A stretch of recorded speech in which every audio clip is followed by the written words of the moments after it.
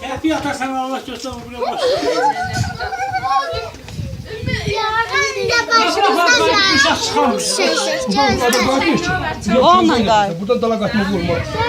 Niye? Şimdi. Çayda da bir. Çıxıb o dağına çıxıb. Ömer kalsın dağlar kaydırın mı kişi? Ben mehtala kaçtım, ne olasın? Ne oldu şimdi? Her son Hadi yat.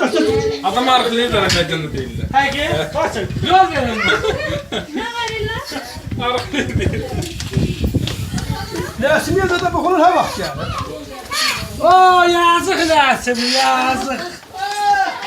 Şuraya yarda da ben kızımı yıkarsın. Hadi. Bir daha. Hadi, bu çok güzel abi. Maşallah inden vellet demir var ki bu. Bunu birinin elinden Ne var? birinin var. Çeşit çeşit. Ay Nesimi. Telefonu atayla aşağı tut şəkilimizi çək. Sen de Hızlı şəkil çək. hemen gittiğimiz bir mekan. Sen şunu düşün. Yavaş yavaş.